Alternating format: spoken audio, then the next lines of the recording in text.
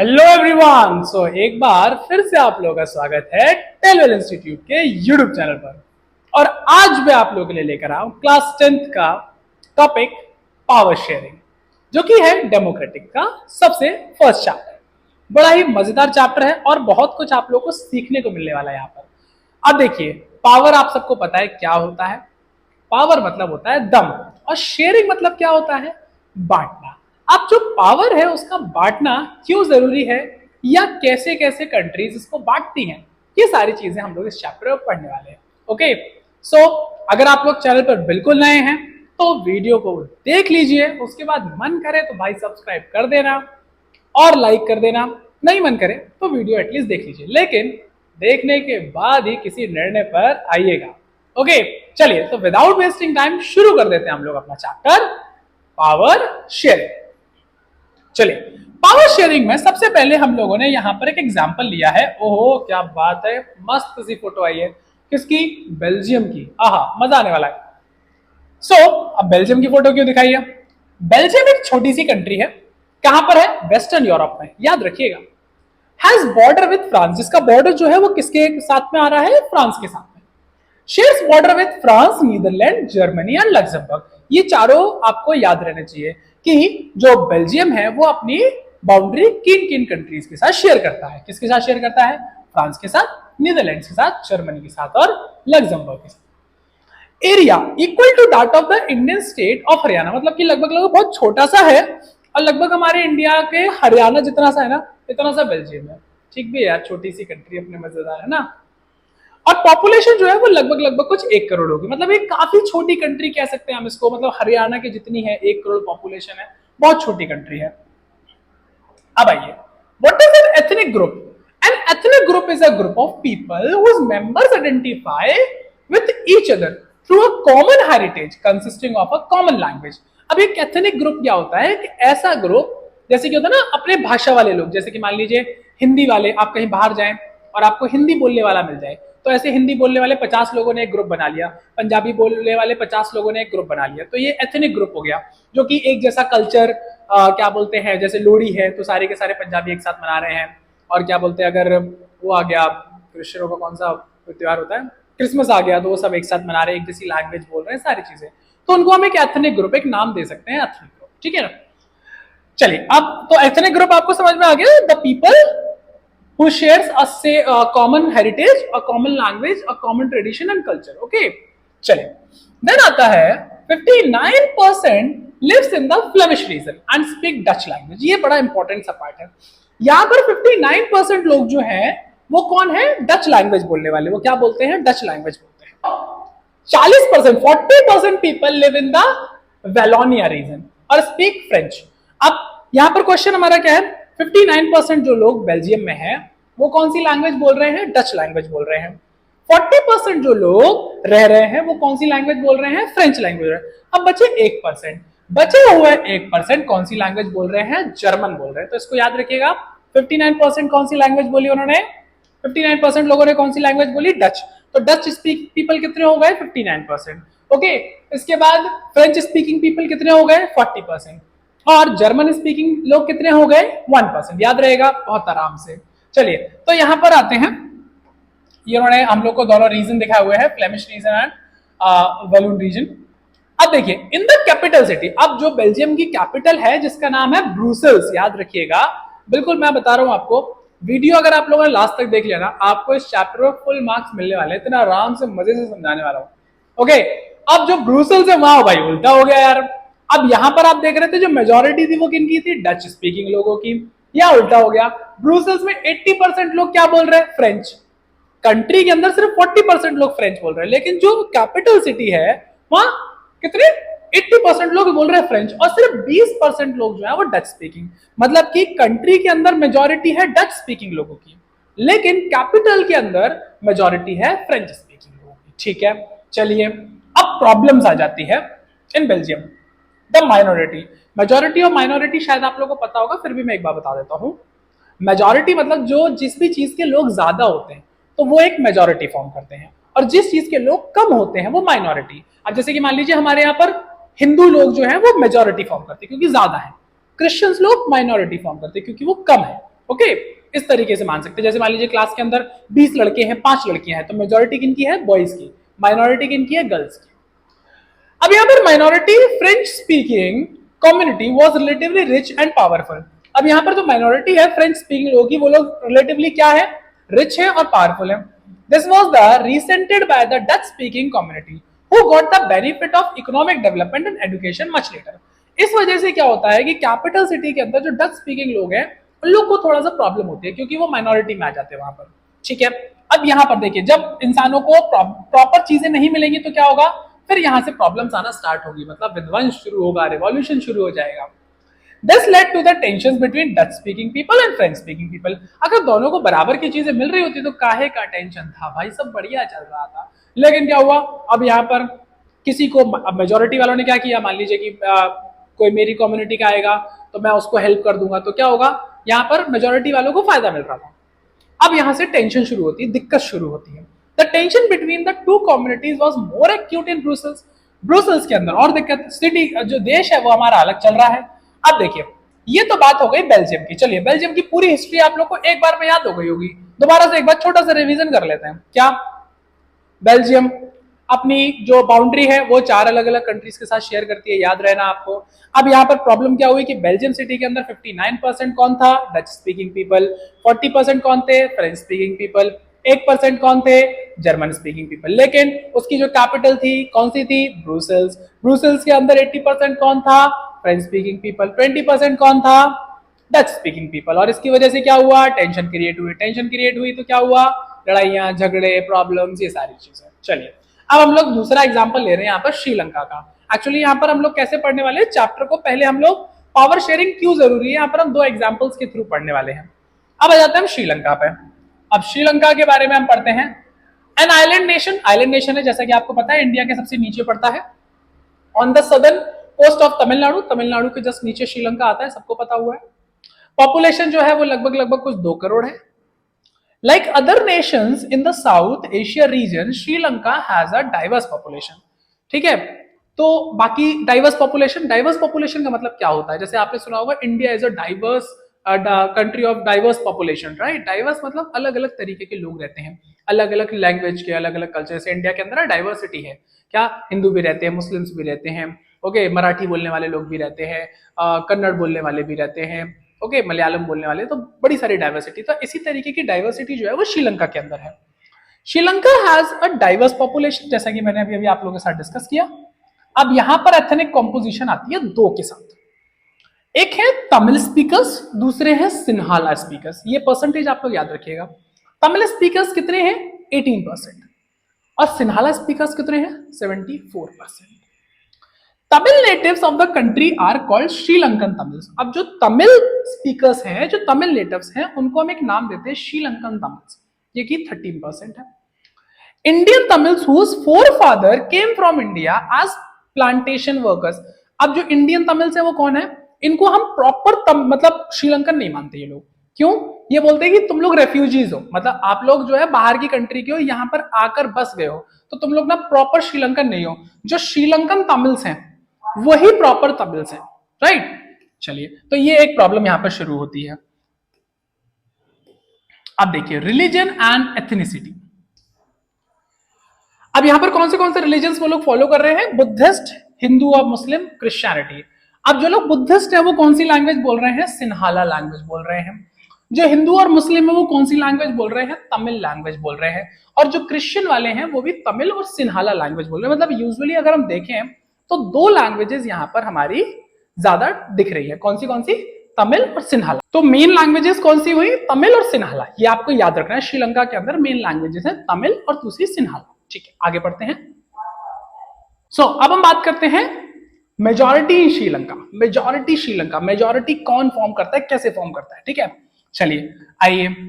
Emerged as an independence country in 1948। 1948 में जो है श्रीलंका एक इंडिपेंडेंट कंट्री के रूप में सामने आई।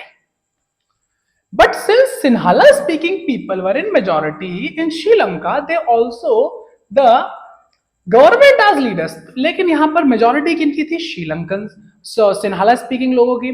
तो फिर उन्होंने ही क्या है? गवर्नमेंट फॉर्म कर दी, right? In fact, the democratically elected government adopted a series of majoritarian measures to establish Sinhala supremacy. मतलब कि एक्चुअल में जो लोग थे, ऑब्वियस सी बात है भैया, जिनकी मेजोरिटी होगी, जो लोग ज्यादा होंगे, गवर्नमेंट उन्हीं की बनेगी, क्योंकि आपने डेमोक्रेटिकली करा लिया, वोटिंग ही तो कराओगे भैया, जिनके लोग ज्यादा होंगे उन्हीं की तो वोटिंग होगी। मान लीजिए इस क्लास के अंदर 25 लड़के हैं और 10 लड़कियां हैं, अब एक लड़का चुनाव में खड़ा हुआ, एक लड़की चुनाव में खड़ी हुई, कौन जीतेगा? ऑब्वियस सी बात है लड़का जीत जाएगा, क्योंकि उनकी मेजोरिटी ज्यादा है और लड़कियों की मेजोरिटी कम है, राइट? तो यहां पर जो मेजोरिटी थी वो भी क्या चाहती थी, किसकी गवर्नमेंट आ जाए? सिन्हाला की आ जाए, ठीक। अब आता है a belief that the majority community should be able to rule a country in whichever way it wants by disregarding the wishes and needs of the minority। अब यहां पर एक चीज देखने को मिल रही थी, क्या? जिनके पास मेजोरिटी थी, मतलब सिन्हाला वाले लोगों के पास मेजोरिटी थी, और वो लोग जिस तरीके से कंट्री को चलाना चाहते थे वो वैसे चला रहे थे। इनफैक्ट वो इस बात की फिक्र भी नहीं करते थे कि माइनॉरिटी हमारे बारे में क्या सोचती है, माइनॉरिटीज की क्या जरूरतें हैं और क्या है, उनको इससे कोई फर्क नहीं पड़ता। वो सिर्फ अपनी कम्युनिटी के बारे में सोचकर और सारी चीजें चला रहे थे। चलिए आगे देखते हैं। अब आता है 1956, an act passed to recognize Sinhala as official language and not Tamil। 1956 में एक एक्ट पास हुआ कि सिन्हाला जो है उसे कंट्री का ऑफिशियल लैंग्वेज बनाया जाए, तमिल को नहीं, ठीक। All these government measures increase the feeling of alienation among the Sri Lankan Tamil. अब जब ये सारी चीजें हुई तो उसकी वजह से क्या हुआ, जो श्रीलंकन तमिल्स थे उनके मन में एक बात आई कि यार हम लोग तो कंट्री के अंदर एग्जिस्ट ही नहीं करते, इसका मतलब कि तब सिन्हाला वालों की चल रही है, ऑफिशियल लैंग्वेज भी उन्हीं की है, तो फिर हमारा क्या है इस कंट्री के अंदर? हम तो मतलब इस कंट्री के अंदर बस हैं, बस जिंदा रह रहे हैं, right. The government followed policy that favoured Sinhala applicants for university. मतलब यूनिवर्सिटी के अंदर अगर एक बच्चा सिन्हाला वाला है, एक बच्चा तमिल वाला है, तो सिन्हाला वाले को पहले एडमिशन मिलेगा, तमिल वाले को नहीं। गवर्नमेंट जॉब्स के अंदर अगर एक ही सीट है तो सिन्हाला वाले को मिलेगी, ना कि तमिल वाले को। अब यहां पर उनके साथ में क्या होने लगा? डिस्क्रिमिनेशन होने लगा। A new constitution stipulated that the state shall protect and foster Buddhism। इसके अलावा यहां पर बुद्धिज्म को सपोर्ट करने जाने लगा कि बुद्धिज्म लोग फॉलो करना स्टार्ट करें। तो यहां पर क्या हुआ कि अब ऑब्वियस सी बात है, अब जैसे मान लीजिए कि वो 5 लड़कियां हैं, इधर पे 20-25 लड़के हैं, मैं बॉयज को फेवर करूंगा हमेशा। हाँ बेटा बताओ, अच्छा सुबह कितने बच्चे आ सकते हैं? उन्होंने कहा सुबह हम सर 6 बजे हम सब आ सकते हैं। लड़कियां कह रही सर हम 6 बजे नहीं आ सकते। अरे छोड़ो, तुम लोग आ जाओगे ना, बस ठीक है। हम लोग मतलब माइनॉरिटी की परवाह ही नहीं कर रहा मैं, राइट। तो ये तो गलत है। तो थोड़े दिन बाद उनके मन में क्या फीलिंग आएगी? अरे यार अपनी तो कोई वैल्यू ही नहीं है, अपन तो एग्जिस्ट ही नहीं करते, राइट है ना सर, तो सिर्फ मेजोरिटी के बारे में सोचते रहते हैं। तो वही चीज क्या है कि तमिल जो श्रीलंकन तमिल से उनके मन में ये चीज आने लगी कि यार अपन तो इस गवर्नमेंट के अंदर कुछ है ही नहीं, इस कंट्री के अंदर कुछ है ही नहीं, जब सिन्हाला वाले ही है, मेजोरिटी उनकी, क्या बोलते हैं, सरकार उनकी, कानून उनका, सब कुछ उन्हीं का तो है भाई। चलिए, तो ये एक छोटा सा डिस्प्यूट जो है वो आना स्टार्ट हुआ। अब reaction of Sri Lankan Tamils, they felt that none of the major political parties, जो मैंने अभी आपको बताया, उनको लगा कि यार ना ही हमारा कोई कल्चर यहाँ पर मान रहा है, ना हमारी कोई लैंग्वेज मान रहा है, ना कुछ मान रहा है। तो ये चीज उनके अंदर एक चीज आई। They felt that the constitutional government policy denied them equal political rights and discriminated against them in the getting jobs। उन लोग क्या फील होने लगा कि यार पॉलिटिक्स जो है वो, गवर्नमेंट जो है वो हमारे ऊपर ध्यान नहीं देती है, ना जॉब्स वगैरह में, ये सारी चीजें, मतलब एक होता है ना वो सौतेली मम्मी वाला सिस्टम कि मम्मी जो है वो अपने बेटे को ज्यादा प्यार कर रही है, मेरी सौतेली माँ है इसलिए मैं तो घर में हूँ, खाना वाना मुझे ही मिलता है, लेकिन वो वाला मजा नहीं है। तो वो वाली चीज, उनको सौतेलापन जो है वो वहां पर डिस्क्रिमिनेशन फील होने लगा। डिस्क्रिमिनेशन आप सब जानते होंगे। The distrust between the two communities turned into widespread conflict। अब क्या हुआ कि धीरे धीरे क्या हुआ, ये छोटा सा धीरे धीरे लोगों में और चर्चा होने लगी, ऐसा ऐसा ऐसा, धीरे धीरे ये क्या हो गया, एक सिविल वॉर का हिस्सा बन गया। अब सिविल वॉर क्या होता है? जब एक ही कंट्री के अंदर दो अलग अलग कम्युनिटीज आपस में लड़ जाती हैं तो उसको एक नाम दिया जाता है civil war. As a result thousands of people of both the communities have been killed. और रिजल्ट क्या हुआ? जब लड़ाई होगी तो नुकसान होगा, पैसा प्लस लाइफ एंड प्रॉपर्टी दोनों का ही नुकसान होता है। तो क्या हुआ? नुकसान हुआ। नुकसान किसका हुआ? दोनों ही साइड से काफी ज्यादा लोग मारे गए। Many families are forced to leave the country as refugees। अब बहुत सारे लोगों को जो है अपनी देश छोड़कर जाना पड़ा, ओके, और दूसरी कंट्रीज में एज अ रेफ्यूजीज जाना पड़ा। रेफ्यूजीज आप जानते होंगे, जो ऐसा कोई इंसान जो किसी दूसरी कंट्री में आए लेकिन वो रहने वाला कहीं और का हो, माइग्रेंट हो। And more lost their livelihoods, बहुत सारे लोगों को अपनी नौकरियां छोड़नी पड़ गई, क्योंकि अब जब दूसरी जगह जाएंगे तो फिर जॉब कैसे करेंगे। But the civil war has caused a terrible setback to the social, cultural and economic life of the country। It ended in 2009। अब ये जो चलती रही और 2009 में जाकर खत्म हुई। सिविल वॉर क्या होता है? Violent conflict between opposing groups with in a country. एक ही कंट्री के अंदर दो अलग अलग ग्रुप्स जो हैं जब आपस में लड़ जाते हैं तो उसको हम एक नाम देते हैं क्या? Civil war. अब आता है अकोमोडेशन इन बेल्जियम। अब दोबारा से हम लोग थोड़ा सा बेल्जियम, दोनों देशों के बारे में आपने पढ़ लिया, क्या क्या क्राइसिस आए दोनों कंट्रीज के अंदर, क्या क्या प्रॉब्लम्स आई, ये सारी चीजें। अब आता है Belgium leaders to different path. They recognize the existence of regional and cultural differences between 1970 and 1993 for constitutional amendments. This was the facilitate peaceful living for all the country. अब जब बेल्जियम वालों ने क्या किया, बेल्जियम वालों ने क्या किया, बेल्जियम वालों ने कहा नहीं यार, ये देश के अंदर ना दिक्कत शुरू हो रही है, अगर इस तरीके से ये दोनों कम्युनिटीज आपस में लड़ती रही तो देश का नुकसान है। ये चीज उनको समझ आई, राइट। अब आता है elements of Belgium model. Number of Dutch and French speaking minister shall be equal in the central government. उन्होंने क्या करा, उन्होंने कहा कोई बात नहीं, गवर्नमेंट आपको सपोर्ट नहीं कर रही ना, कोई बात नहीं, काम करो, गवर्नमेंट के अंदर जितने नेता होंगे उनमें से फ्रेंच स्पीकिंग भी उतने ही होंगे और क्या बोलते हैं, डच स्पीकिंग भी उतने होंगे। लो भैया, हम आपके भी उतने ही नेता ले रहे हैं, उतने लीडर्स, और हम डच स्पीकिंग के भी उतने ले रहे हैं। जब दोनों वहां बराबर होंगे तो फिर वो कोई डिस्प्यूट होने ही नहीं देंगे। Some special laws require the support of majority of members from each linguistic group. Thus, no single community can make decisions unilaterally. मतलब कि अब देखिए, अब मान लीजिए अगर कोई ऐसा बोलता है, मान लीजिए कोई क्या बोलते हैं जो डच स्पीकिंग लोग हैं वो कोई ऐसी चीज बोलते हैं जिससे सिर्फ डच स्पीकिंग लोगों का भला होने वाला है, तो क्या होगा कि फ्रेंच स्पीकिंग वाले जो लोग होंगे वो काट देंगे उस बात को, नहीं सर इसमें फ्रेंच वालों का तो कोई भला ही नहीं है। अब फ्रेंच वाले कोई ऐसी बात रखे जिससे सिर्फ फ्रेंच वालों का भला होना है तो वो मना कर देंगे कि नहीं सर ये तो गलत है। अब क्या होगा, दोनों लोग जब बैठ के एक ऐसे डिसीजन पर आएंगे तो क्या होगा, दोनों के फायदे की बात होगी। मतलब कि कंट्री के अंदर भाई कोई नाटक नहीं होगा। जैसे मान लीजिए होता है ना, एक भाई कह रहा है कि अपन को ये गाड़ी खरीदनी है, दूसरा कह रहा है ये गाड़ी खरीदनी है, तो फिर पिताजी कोई बीच का रास्ता खोजते हैं और फिर उस हिसाब से उस पर वर्क करते हैं। The state governments are not subordinates to the central governments. इसके अलावा स्टेट और सेंट्रल गवर्नमेंट भी अलग अलग करती है। जैसे हमारे इंडिया के अंदर होता है स्टेट गवर्नमेंट अलग, सेंट्रल गवर्नमेंट अलग। ऐसा नहीं कि सेंट्रल गवर्नमेंट में गलत सरकार आ गई तो फिर पूरा देश परेशान, नहीं भैया, स्टेट में आपकी अलग सरकार है। अगर आपको देश की सरकार से समझ में नहीं आ रहा, एटलीस्ट आपकी स्टेट की सरकार तो आपकी सुन रही है ना, ठीक है। Brussels has a separate government. इसके अलावा ब्रुसेल्स के अंदर एक अलग सेपरेट गवर्नमेंट बना दी, बिल्कुल सेम तरीके से ही कि वहां पर भी जो रिप्रेजेंटेटिव्स हैं वो बराबर की क्वांटिटी में रखे उन्होंने। समझदारी का काम किया बेल्जियम वालों ने, डिस्प्यूट काट दिया। अगर वो डिस्प्यूट चलता रहता तो वो भी सिविल वॉर का हिस्सा ले लेता, जैसा कि श्रीलंका के अंदर हुआ। श्रीलंका वालों ने ध्यान नहीं दिया, उन्होंने सिनाला वालों का चल रहा था यार, सिनाला वालों की अपनी गवर्नमेंट, अपने कौन क्या कर रहा। बेल्जियम वालों ने इस चीज पर ध्यान दिया तो क्या हुआ, देश बच गया, पैसा बच गया, लोगों की जिंदगी बच गई और फालतू का नाटक नौटंकी नहीं हुई। अब आता है क्या, elements of Belgian model. Apart from the central and state government there is also a community government. Central और स्टेट गवर्नमेंट के अलावा कुछ कम्युनिटी गवर्नमेंट्स भी बनी, elected by the people belonging to one language community. अब यहां पर इन्होंने डच फ्रेंच साथ साथ में जो 1% लोग थे बेचारे, कौन, जर्मन स्पीकिंग, उनको भी जगह दी। ऐसा ना हो कि भैया तुम्हारे साथ कुछ गलतियां हो जाए, तुम्हारे साथ में कुछ गड़बड़, तुम 1% हो, बोले नहीं यार आपको भी हम अपनी सरकार में लेंगे, आपको भी बराबर मौका देंगे। अब जैसे कैसे हुआ ये, अब ये कैसे हुआ जी, आपने देखा होगा कि जैसे हमारे यहाँ पर भी सीट आती है, जैसे रिसेंटली क्या बोलते हैं पार्षद के चुनाव हुए, तो पार्षद के चुनाव में क्या हुआ, सीट आई। अब मान लीजिए मेरा लड़ने का बड़ा मन था चुनाव, लेकिन क्या हुआ, जनरल सीट ही नहीं आई। तो गवर्नमेंट ने क्या किया, गवर्नमेंट ने इक्वल सीट्स निकाली है ताकि एससी, एसटी, ओबीसी, जनरल सब बराबर से आए। वरना क्या होगा, पता पड़ा जनरल वाले ज्यादा आ गए, पता पड़ा ओबीसी वाले ज्यादा आ गए, पता पड़ा एससी वाले ज्यादा आ गए, तो ये तो प्रॉब्लम हो जाएगी। अगर कोई भी एक कम्युनिटी मेजोरिटी में आ गई और उनके हाथ में पूरी सरकार चलेगी तो सब गड़बड़ हो जाएगा। इसीलिए गवर्नमेंट इस बात का ध्यान रखती है कि कोई भी एक इंसान या एक कम्युनिटी के हाथ में कभी भी कोई भी चीज ना जा पाए। चलिए अब यहां पर है the government has the power regarding culture, education, language related issues, ये सारी चीजें। चलिए अब हम लोग यहां पर पढ़ते हैं Belgium model is a complex but accommodation it has help. ये थोड़ा सा आप लोग रीड कर लीजिए। Chosen the headquarters of European United, ये जो है ब्रुसेल्स का एक सीन है, इसको आप लोग रीड कर लीजिएगा।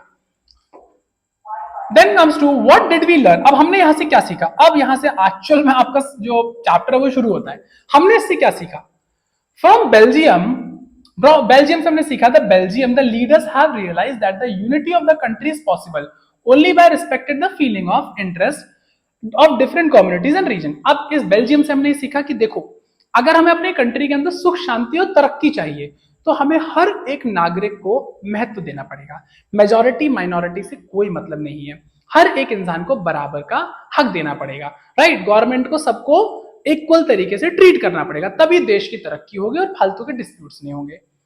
श्रीलंका से क्या सीखा हमने? Sri Lanka shows that the contrasting example. अब श्रीलंका में वही चीज हमने उल्टी सीखी कि अगर हम किसी एक मेजॉरिटी को फोकस करते हैं तो क्या होगा कि दूसरी मेजॉरिटी हमारे खिलाफ में आ जाएगी, और खिलाफ में आ जाएगी तो क्या होगा कि प्रॉब्लम्स क्रिएट करेगी, सिविल वॉर हो जाएगा, राइट, जिसमें कहीं ना कहीं देखा जाए तो देश का ही बुरा है, राइट। चलिए अब हमें पढ़ना है why power sharing is desirable. अब इस वर्ड डिजायरेबल का मतलब क्या होता है? डिजायरेबल का मतलब होता है कि कोई भी ऐसी चीज जो हमारे लिए फायदेमंद हो। तो पावर शेयरिंग जो है वो डिजायरेबल क्यों है? जैसे क्या हुआ कि बेल्जियम लोगों ने पावर शेयर कर ली, किसी एक मेजॉरिटी के पास पावर नहीं दी, लेकिन श्रीलंका में उन्होंने ऐसा नहीं किया, उन्होंने सिनाला वालों को पूरी पावर दी, शेयर नहीं की, सिविल वॉर हो गई। तो why power sharing is important? चलिए आइए, पर desirable, sorry, there are two different region. पहला है प्रूडेंशियल रीजन। प्रूडेंशियल रीजन जो अभी अभी रिसेंटली अपन ने देखा कि प्रूडेंशियल रीजन मतलब फालतू के नाटक ना हो, कोई लड़ाई ना हो, कोई विवाद ना हो, कंट्री सुख शांति से जिए, एक तो यही रीजन है। दूसरा है help to reduce the possibility of conflict between social groups. Conflicts, लड़ाइयां, एक वैचारिक मतभेद, वरना क्या होगा, पता पड़ा क्या तमिल वाले अपनी कम्युनिटी बना दी, पता पड़ा सिनाला वालों ने अपनी कम्युनिटी बना दी। अब क्या हुआ, तमिल वाले जो पैदा कर रहे हैं वो सिनाला वालों को सेल नहीं कर रहे, सिनाला वाले जो पैदा कर रहे हैं वो अब कंट्री अंदर ही अंदर अपने में लड़ने में लगी हुई है, अपने में ही लड़ रही है। तो जो कंट्री अपने में ही लड़ रही है वो दूसरे को क्या करेगी? मान लीजिए एक परिवार है, वो आपस में ही दोनों भाई लड़ रहे हैं, तो वो दूसरे से क्या कंपटीशन करेंगे? वो बेचारे अंदर ही अंदर परेशान है और दोनों आपस में लड़के अपना ही नुकसान करेंगे, फिक्स बात है। So power sharing is a good way to ensure the stability of political orders. एक अच्छा तरीका है भैया, सबको थोड़ी थोड़ी थोड़ी थोड़ी पावर बांट दो यार, हमारे पास भी पावर है, तुम्हारे पास भी पावर है, किसी एक के पास पावर नहीं है, और दोनों लोगों के जब साथ में बैठ के डिस्कशन होगा तो अच्छा होगा, सीधी सी बात है। देन कम्स टू, यही चीज मेजोरिटी में निकलती है। अब आता है second reason, moral reason. There is a second deeper reason why power sharing is good for democracies. Democracy तो आपको पता ही होगा, क्लास 9th में आप लोगों ने पढ़ा होगा, डेमोक्रेसी मतलब लोकतंत्र। Power sharing is very spirit of democracy. In democracy, people have the right to be consulted on how they are to be governed. अब क्या होता है कि डेमोक्रेसी तो आपको पता ही है कि लोगों की सरकार, लोगों की सरकार मतलब सारे लोग इक्वल होने चाहिए, राइट, तभी तो उसको लोगों की सरकार बोलेंगे। अगर किसी एक कम्युनिटी के पास पूरा का पूरा पावर है उसको डेमोक्रेसी नहीं बोलेंगे, ठीक है ना। तो दूसरा रीजन ये हो गया हमारे पास। अब आता है हमारे पास while prudential reason stress that power sharing will bring out better outcomes, moral reason emphasize the very act of power sharing and valuable। ठीक है, तो जहां पर वो बताता है कि एक बेटर आउटकम्स आते हैं प्रूडेंशियल रीजन में, वहीं पर मॉरल रीजन क्या है? दिमागी शांति। और जब दो लोग मिलकर किसी चीज पर दिमाग लगाएंगे तो वो काम अच्छा ही होगा, ये फिक्स होता है। Forms of power sharing in democracy, ठीक है, क्या क्या फॉर्म्स हैं? For a long time, it was believed that all power of a government must reside in one person or group of person located at one place। लंबे समय तक ये चीज हुई, जैसे कि जो लोग राजा लोग हुआ करते थे, जिसको हम लोग मोनार्कीज बोलते हैं, उस समय पर आपने देखा होगा कि सारी की सारी पावर जो होती थी वो एक राजा के पास होती थी, और वो जो राजा है वो जो डिसीजन ले, अच्छा ले, बुरा ले, लोगों के फायदे का ले, लोगों के नुकसान का ले, लेकिन उस बात को माना जाएगा, कोई उस पर क्रॉस क्वेश्चन नहीं कर सकता। ये चीज चलती रही। It felt that if the power to decide dispersed it would be not be possible to take quick decisions and to enforce them. अब अगर यहीं पर पावर जो है वो डिस्पर्स हो जाती है तो एक तो ज्यादा अच्छे आउटकम्स आएंगे, दूसरा डिसीजन किसी एक आदमी, मान लीजिए कि राजा है, राजा कोई बहुत समझदार आदमी है, बहुत अच्छी बात है, अब राजा महानालायक है, वो अजीब अजीब से डिस्कशंस कर रहा है। जैसे आप लोगों ने एक स्टोरी पढ़ी होगी, वो वाली, वो क्या बोलते हैं, द किंगडम ऑफ फूल्स, उसमें राजा क्या डिसीजन ले लेता है, एक काम करेंगे, दिन में सब लोग सोएंगे और रात में क्या बोलते हैं हम लोग सारी दुकानें खेती वेती किया करेंगे। अब वो राजा नालायक निकला, लेकिन क्या हुआ, सारे के सारे किंगडम को क्या बोलते हैं ये रूल मानना पड़ा। क्यों? क्योंकि राजा के पास कोई बताने वाला नहीं था और राजा के अलावा कोई और डिसीजन टेकर नहीं था। इसीलिए अब हमारी डेमोक्रेसी में क्या है, बहुत सारे डिसीजन टेकर्स हैं, पार्लियामेंट के अंदर डिस्कशन होता है, इतने सारे लोग बैठ के डिस्कशन करते हैं, और जब इतने सारे लोग बैठ के डिस्कशन करते हैं तो बेस्ट आउटकम निकलता है। Then comes to, in modern democracy, power sharing arrangements can take many forms. Horizontal between organs, चलिए इसको मैं भी समझाऊंगा आप लोगों को। Vertical और federal, pressure groups and movements among different social groups। अब यहाँ पर जो मॉडर्न डेमोक्रेसी है उसमें अलग अलग तरीके के फॉर्म्स हैं, क्या क्या है आइए देखते हैं। सबसे पहले हॉरिजॉन्टल पावर शेयरिंग देखते हैं। हॉरिजॉन्टल मतलब ये रहा, power is shared among different organs and legislature, executive, judiciary. क्या होता है लेजिस्लेचर? क्या है? जो कानूनों बनाने में हेल्प करते हैं, ठीक है, जैसे कि नेता लोग, राइट। पार्लियामेंट में उन्होंने बैठे, उन्होंने कहा सर क्या हो रहा है, 2000 का नोट बंद कर दीजिए। क्यों बंद कर दीजिए? ब्लैक मनी बढ़ रही है, लोगों को कहीं पर भी लाख 2 लाख 3 लाख रुपए पहुंचाने होते हैं, इतनी सी गड्डी में आ जाते हैं, ठीक है। ब्लैक मनी बढ़ रही है, लोग घर में आराम से स्टोर कर पा रहे हैं, ठीक है। कितने लोग इस बात से अग्री हैं? ठीक है, एक काम करो 2000 का नोट बैन कर दो, ठीक है। उन्होंने कहा एक काम करिए सर, चप्पल पहने गाड़ी चलाना पर 1000 रुपए का चालान बनना चाहिए। नहीं, क्यों भैया, चप्पल पहने गाड़ी चलाने में क्या दिक्कत है? नहीं, चप्पल पहने गाड़ी चलाने जब इंसान गिरेगा पक्का पैर टूटेगा, खींचेगा, कुछ होगा। एक काम करिए, हर किसी को हेलमेट, क्या बोलते हैं, चप्पल पहन के नहीं, शूज पहने गाड़ी चलाने, ठीक है। हेलमेट पहनने का कानून बना दीजिए, कोई बहुत सारे ऐसे कानून बनते रहते हैं, ठीक है। ये काम हो गया लेजिस्लेचर का। लेकिन इसमें एक नियम होता है कि जब ये पार्लियामेंट में कोई बात रखी जाती है तो उसमें से जो 2/3 लोग होते हैं वो जब इस डिसीजन पर एग्री करते हैं तभी वो चीज मान्य होती है, नहीं तो नहीं होती है। एग्जीक्यूटिव्स कौन है? अब चलिए, उन्होंने तो बोल दिया कि हेलमेट पहन के गाड़ी चलानी। छोटा सा एग्जांपल ले लेते हैं कि जुडिशरी ने बोला कि हेलमेट पहन के गाड़ी चलानी है, ठीक है। कौन चेक करने आ रहा है? अरे वो संसद भवन से यहाँ पर चेक करने आ रहा है तुम्हारा हेलमेट? नहीं, चेक कौन करता है? पुलिस वाले, ये एग्जीक्यूटिव। ये तुमको जो कानून पारित हुआ है ये उसको करवाएंगे कि उसका उल्लंघन ना हो, जो कानून पारित हुआ पूरे देश में होगा कि नहीं। और अगर उस पर कोई गलती होती है तो जुडिशरी जो है वो उस पर जो प्रॉपर सजा बनती है, ये सारी चीजें। उन्होंने कहा कि मर्डर केस पर फांसी होनी चाहिए, ठीक है, कानून बन गया। अब इसको फॉलो कौन करवा रहा है? पुलिस। सजा कौन दे रहा है? सजा कौन दे रहा है? जज दे रहा है, ठीक है। तो हमारे यहाँ लेजिस्लेचर भी चाहिए, एग्जीक्यूटिव भी चाहिए, जुडिशरी भी चाहिए। किसी एक हाथ में पावर भी नहीं है, ये भी देख रहे हैं आप। इन्होंने कानून बना दिया, वो कानून इन्होंने चलिए फॉलो भी करा दिया। अब जुडिशरी के पास पहुंचा, उसे लगता है ये आदमी, इनको लगता है कि आदमी ने खून किया है, इनको नहीं लगता। इन्होंने क्या है कि सुनवाई की, जिरह कराई, उसके बाद हो सकता है कि कुछ डिफरेंट आउटकम आए।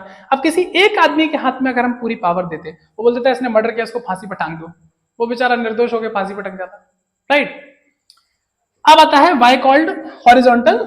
चलिए इसको आप लोग स्क्रीनशॉट ले लीजिए, इसको पढ़ लीजिएगा आप लोग, जो मैंने आपको समझा वही सेम है। It allows different organs of government placed at the same level to exercise different powers. एक ही सेम लेवल पर अलग अलग पावर्स दे रखी हैं। None of the organ can exercise unlimited power. किसी के पास भी अनलिमिटेड या एक तरफा पावर नहीं है, सबकी पावर्स बटी हुई हैं। This result the balance of power among various institution. क्या है? बैलेंस बना हुआ है पूरे पावर में, राइट। पुलिस आपको गिरफ्तार कर सकती लेकिन सजा नहीं दे सकती। सजा देने का काम किसका है? जुडिशरी का, right. This arrangement is called the system of checks and balances. तो ये बढ़िया सिस्टम कर रखा है हम लोगों ने, एक हाथ में पावर नहीं दे रखी है। वर्टिकल पावर शेयरिंग क्या है? चलिए, power is shared among different levels. हमारे यहाँ पर पहले मतलब यूजुअली बहुत सारी कंट्रीज में 2 लेवल पर होती है, हमारे यहाँ 3 लेवल पर है। आप लोगों ने भी सुना होगा सेंट्रल गवर्नमेंट, प्रोविंशियल गवर्नमेंट जिसको हम लोग स्टेट गवर्नमेंट बोलते हैं, और लोकल गवर्नमेंट। जैसे कि सेंट्रल गवर्नमेंट के हेड कौन है? PM, president. स्टेट गवर्नमेंट का हेड कौन? सीएम। लोकल गवर्नमेंट का हेड, हमारे स्टेट के अंदर लोकल गवर्नमेंट का हेड एमएलए मान लीजिए, सांसद मान लीजिए, ये लोकल गवर्नमेंट चला रहे हैं, ठीक है। तो क्या है कि हमें डायरेक्टली पीएम से बात नहीं करनी, हमें डायरेक्टली प्रेसिडेंट से बात नहीं करनी, हमें डायरेक्टली सीएम से बात नहीं करनी। हमें क्या है, अपने यहाँ के पार्षद सभासद को बता देनी बात। नहीं है तो एमएलए से जाके बोल देना है, नहीं है तो सांसद, वो उस प्रॉब्लम को आगे ले जाएंगे, वो उस प्रॉब्लम को आगे ले जाएंगे। अब अगर सिर्फ पीएम को पूरे देश का मालिक बना दिया जाए, वो बेचारा पूरा देश कैसे देखेगा? पॉसिबल है क्या? नहीं है। Usually called federal government. Not all democracies have federal structures. India has 3-tier federal structure. याद रखिएगा, इंडिया के अंदर कितने टीयर फेडरल स्ट्रक्चर है instead of just 2 level. The constitution clearly lay down the powers of different levels of government. This is what they did in Belgium, but was refused in Sri Lanka. अब देखिए, इसी तरीके से Belgium वालों ने तो ये सब कर लिया था, अलग अलग गवर्नमेंट बना ली थी, लेकिन श्रीलंका वालों ने इसको रिफ्यूज किया। नहीं, बोले एक गवर्नमेंट चल रही भैया, हमारे तो बढ़िया सिनाला वाले हैं, कर लो, हो गई सिविल वॉर, ठीक है ना। Among different social groups, powers में also be shared among different social groups. Reserve constituencies in India. अब सोशल ग्रुप्स मतलब हमारे यहाँ पर जैसे 4 अलग अलग सोशल ग्रुप्स हैं, जर्नल, ओबीसी, एससी और एसटी, ठीक है। अब क्या कर रखा है, कॉन्स्टिट्यूएंसीज जो होती है, जिस प्लेस पर चुनाव होता है उसको कॉन्स्टिट्यूएंसी बोला जाता है। जैसे मान लीजिए झांसी है, तो झांसी में चुनाव होता है, झांसी एक कॉन्स्टिट्यूएंसी है, बबीना एक कॉन्स्टिट्यूएंसी है, ललितपुर एक कॉन्स्टिट्यूएंसी है, ग्वालियर एक कॉन्स्टिट्यूएंसी है, मुंबई एक कॉन्स्टिट्यूएंसी है। अब क्या करेंगे, अब मान लीजिए उन्होंने कहा कि जिसको चुनाव लड़ना है लड़ो, ऐसा नहीं होता। मान लीजिए यहां से चुनाव में उन्होंने सीट दी एक ओबीसी को, तो ओबीसी वाला ही खड़ा होगा, कहीं से एससी को तो एससी वाला खड़ा होगा, जनरल तो जनरल वाला खड़ा होगा। हाँ, लेकिन इसमें कॉन्फ्लिक्ट होता है कि जब एससी एसटी सीट आती है तो सिर्फ एससी या एसटी खड़ा हो सकता है, लेकिन अगर ओबीसी सीट आती है तो एससी और एसटी दोनों खड़े हो सकते हैं। जब जनरल सीट आती है तो एससी एसटी और ओबीसी तीनों खड़े हो सकते हैं, राइट। तो जब जनरल वालों का थोड़ा सा टफ कंपटीशन हो जाता है एक तरीके से। यहां पर भी बेल्जियम के अंदर भी इन्होंने कम्युनिटी गवर्नमेंट बनाई थी। Among political parties preserve groups and movements. अब ये होता है among political parties. Political parties तो आपको पता ही होगा, जैसे हमारे यहाँ बीजेपी है, कांग्रेस है, ये सब क्या है, पॉलिटिकल पार्टीज है। In contemporary democracies, competition among parties ensure the power does not remain in one hand. अब पार्टीज होना जरूरी है, पार्टीज होना जरूरी है। क्यों? क्योंकि अगर एक हाथ में पावर नहीं रहनी चाहिए। मान लीजिए अगर आज कांग्रेस कुछ गड़बड़ करती है तो हम बीजेपी को चुन लेंगे, बीजेपी कुछ गड़बड़ करती है तो हम आम आदमी पार्टी को चुन लेंगे। हमारे पास ऑप्शंस होने चाहिए, इसलिए ये कंपटीशन जरूरी है। और ये कंपटीशन जब तक बरकरार है ना, अलग अलग सरकारें अलग अलग तरीके से हमको खुश करने के लिए लगी रहेंगी। अगर मान लीजिए जैसे राजा कभी किसी को खुश करने का नहीं सोचता था, क्यों? अपनी गवर्नमेंट, अपना किंगडम, अपना राजपाट, कौन क्या छुड़ा रहा अपन से। लेकिन नहीं, गवर्नमेंट को टेंशन है, अगर इस बार अच्छे से काम नहीं किया क्या होगा, अगली बार लोग वोट नहीं देंगे भाई, अगली बार का टेंशन है, तो वो काम अच्छे से करेंगे। तो ये कॉम्पिटिशन बहुत जरूरी है। चलिए, यहाँ पर एक छोटा सा क्वेश्चन बनता है, मैं आपसे पूछता हूँ। आप लोगों को लगता होगा, जैसे अगर मैं आपसे नॉर्मल से भी एक क्वेश्चन पूछूं कि बेटा बताइए इंडिया के अंदर किसकी गवर्नमेंट है, तो आप कहेंगे सर बीजेपी की। अगर मैं कह दूं ये गलत है तो आप कहोगे कांग्रेस, आप कहोगे आम आदमी पार्टी, आप कहोगे सपा, आपका बसपा। मैं कह रहा हूं किसी पॉलिटिकल पार्टी है ही नहीं। अब आप बताइए कौन सी। अगर आपको इसका आंसर पता है तो कमेंट बॉक्स में लिखिए। बड़ा ही डीप क्वेश्चन पूछा है मैंने, और अगर आप इसका आंसर नेट पे गूगल पे भी ढूंढ सकते हैं तो प्लीज ढूंढिए। एक्चुअली मिल तो आंसर बहुत आराम से जाएगा, और बल्कि इस पेज पे ही अगर आप देखेंगे, थोड़ा फोकस करेंगे तो इस पेज पे भी आंसर है, 50% आंसर है इस पेज पर। Okay, When comes to pressure groups. Pressure groups क्या होते हैं? एक छोटे छोटे ग्रुप्स होते हैं जो क्या करते हैं, गवर्नमेंट के कामों पर एक प्रेशर क्रिएट करते हैं। जैसे मान लीजिए कुछ काम हुआ, जैसे बजरंग दल मान लीजिए, एक छोटी सी बात, बजरंग दल मान लीजिए प्रेशर ग्रुप है, कोई पॉलिटिकल ग्रुप नहीं है, कहीं चुनाव नहीं लड़ता, कुछ नहीं, एक प्रेशर ग्रुप है। मान लीजिए कल के दिन गवर्नमेंट कुछ गलत करती है, या मान लीजिए कोई भी कम्युनिटी कुछ गलत कर रही है, वो फटाफट पहुंच जाएंगे वहां पर, कहेंगे नहीं ये गलत हो रहा है, धरना दे देंगे। तो ये क्या है? प्रेशर ग्रुप्स हैं, कम्युनिटी से बनते हैं। ये अपने अपने कोई भी बना सकता है। हमारी इंडिया एकदम डेमोक्रेटिक है, इंडिया के अंदर या बाकी जो भी। चलिए, अब आते हैं कुछ मूवमेंट्स, जैसे कि आपने सुना होगा नर्मदा बचाओ मूवमेंट। ये जो है नर्मदा बचाओ, नर्मदा नदी को बचाना। जैसे अभी हमारे यहाँ पर एक शुरू हुआ था गंगा एक्शन प्लान, उसमें गंगा साफ करने के लिए। तो इस तरीके के मूवमेंट जो है वो गवर्नमेंट करती रहती है, जो जहां पर उनको लगता है कि हाँ यहाँ पर रिक्वायरमेंट है, तो वहां पर हमारी गवर्नमेंट जो है वो उस पर स्टेप्स लेती है, इस तरीके के आंदोलन करती है। कभी कभी कुछ प्रेशर ग्रुप्स भी इस तरीके के आंदोलन करते हैं। चलिए, तो इसी के साथ में हमारा एक छोटा सा चैप्टर था ये खत्म हो गया, पावर शेयरिंग। आप लोगों को बहुत ब्रीफ तरीके से, बहुत अच्छे तरीके से मैंने समझाने की कोशिश की है, और मुझे गारंटी है कि आप लोगों को पूरा चैप्टर बहुत आराम से समझ में आ गया होगा। ओके, इसके बाद भी अगर कोई क्वेश्चन इस चैप्टर से रिलेटेड अगर आपका रह गया है या आपको लगता है कि नहीं आया है, तो प्लीज कमेंट बॉक्स में लिखिएगा, मैं गारंटेड आपको उसका आंसर दूंगा। नहीं होगा तो दोबारा से वीडियो शूट करके आपको बता दूंगा। ओके, बट करूंगा जरूर, ठीक है। वैसे मैंने आप लोग बता दिया है, नहीं समझ में आया तो एक बार आप लोग वीडियो दोबारा से भी देख सकते हैं, कोई इशू नहीं है। बट वीडियो लास्ट तक देखी है, इसके लिए थैंक यू। अब अगर वीडियो पसंद आ गई हो तो प्लीज लाइक कर देना, यूजफुल लगे तो दोस्तों के साथ शेयर कर देना, और अगर मजा आया हो तो सब्सक्राइब कर दो। अगर अब तक सब्सक्राइब नहीं किया है तो कर रखा है तो thank you very much. Bell icon को प्रेस कर दीजिए, अगर नहीं किया है तो कर रखा है तो thank you very much. Okay, तो इसी तरीके के वीडियोस हमारे आते रहेंगे, बस वेट करते रहिए। बेल आइकन आपने प्रेस कर ही दिया है, नोटिफिकेशन आ ही जाएगा। जैसे ही आए पूरा वीडियो देखिएगा, बड़ी आराम से चैप्टर समझ में आने वाला है मजे से। और एनसीईआरटी सॉल्यूशंस के लिए, जैसे कि मैंने आपको बताया था, इसके एनसीईआरटी सॉल्यूशंस जैसे हमारा टेलीग्राम पेज बनता है, मैं उस पर अपलोड करूंगा और आप लोगों को जल्दी मिल जाएंगे। ओके, तब तक के लिए चलता हूं और मिलता हूं आप लोगों से नेक्स्ट वीडियो में। मजे करिए और सीरियसली पढ़ाई करिए। बहुत जल्दी आपको इस चैप्टर की हो सकता है मेंटी क्विज भी कराऊं प्रिपेयर होते ही। ओके, चलिए bye bye, thank you and see you in the next video.